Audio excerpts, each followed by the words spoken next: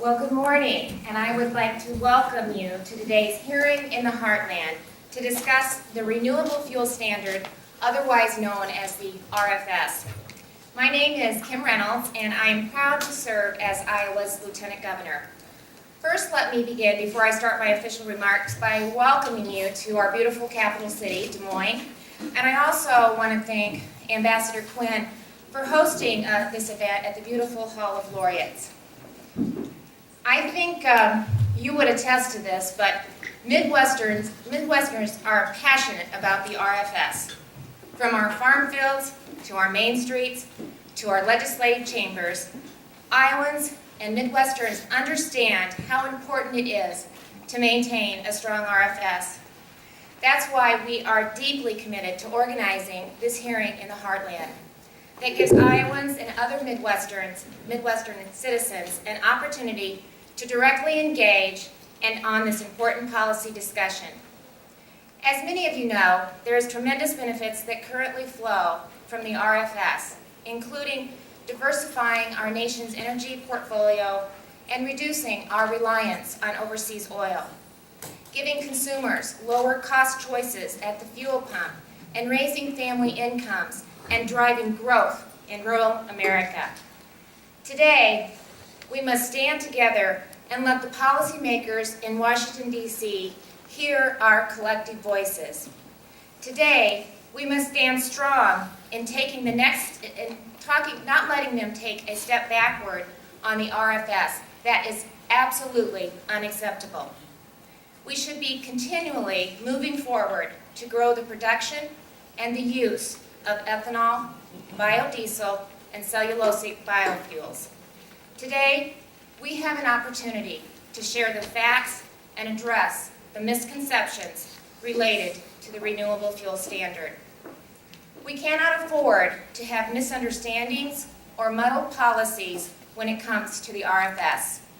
As citizens who have seen firsthand the positive impacts that the RFS has on rural America, we believe we have an obligation to educate others. We need to let people know that the ethanol industry supports more than 383,000 jobs, and the biodiesel industry supports 62,000 jobs.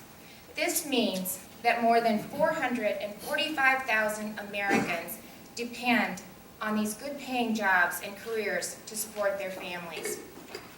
We need to let people know that this one proposed rule by the EPA would directly jeopardize an estimated 37,400 ethanol jobs and 7,500 biodiesel industry jobs. That one proposed rule would place an unnecessary hardship on families throughout rural America. These are important jobs that cannot be lost, and we are here to continue our fight to preserve them.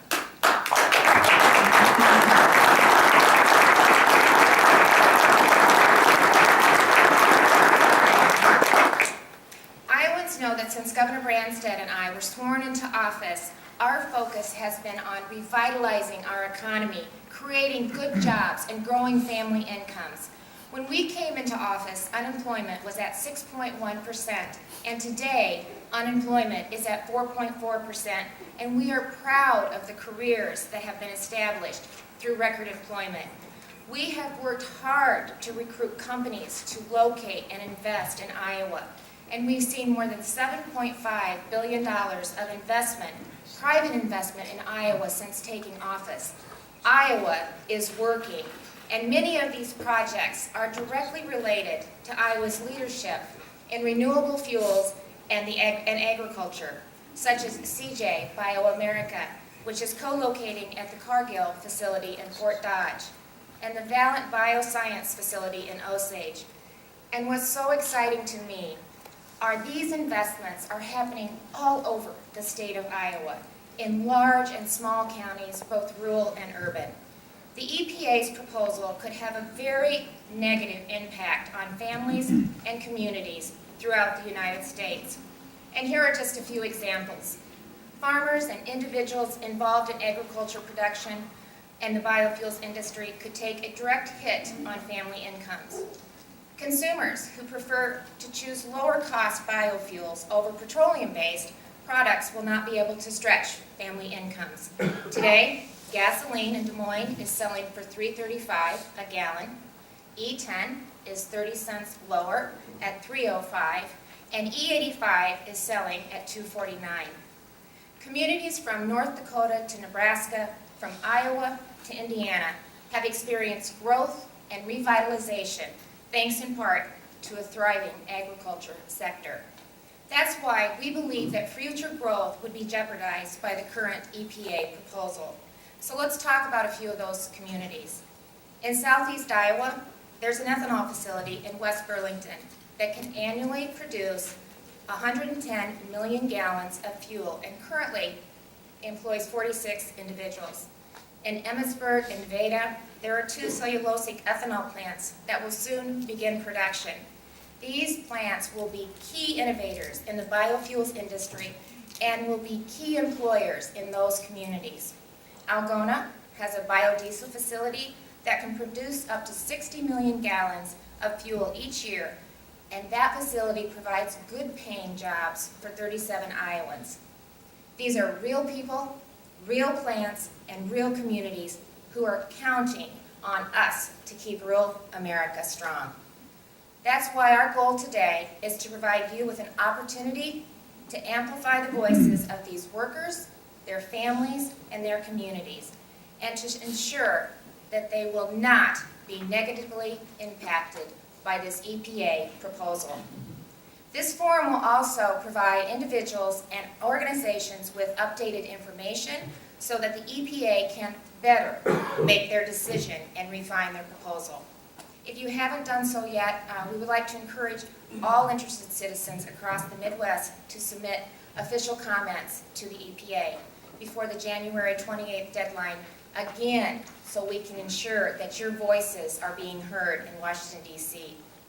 Today, you will hear from a variety of interested citizens about the importance of the RFS, from farmers, from agriculture producers, to employees at renewable fuel production facilities. There will be a series of 30-minute panels throughout the day, and I am looking forward to joining the other senior leaders in hosting these extremely important discussions. We are extremely proud and pleased with the bipartisan engagement on this issue throughout the Midwest. Today, we are joined by key agricultural leaders from the Midwest, including 5 secretaries of agriculture, and we are very pleased to be joined by the Lieutenant Governor, Sue Ellersperman, from Indiana, who is actively participating in this important hearing.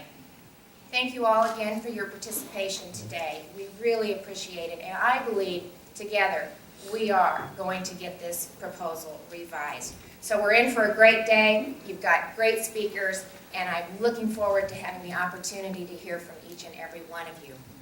So now it is my honor, and I would like to ask you to please help me in welcoming Iowa's Governor Terry Branstad, who has been a steadfast supporter of Iowa renewable fuels from the very beginning. Governor Branstad.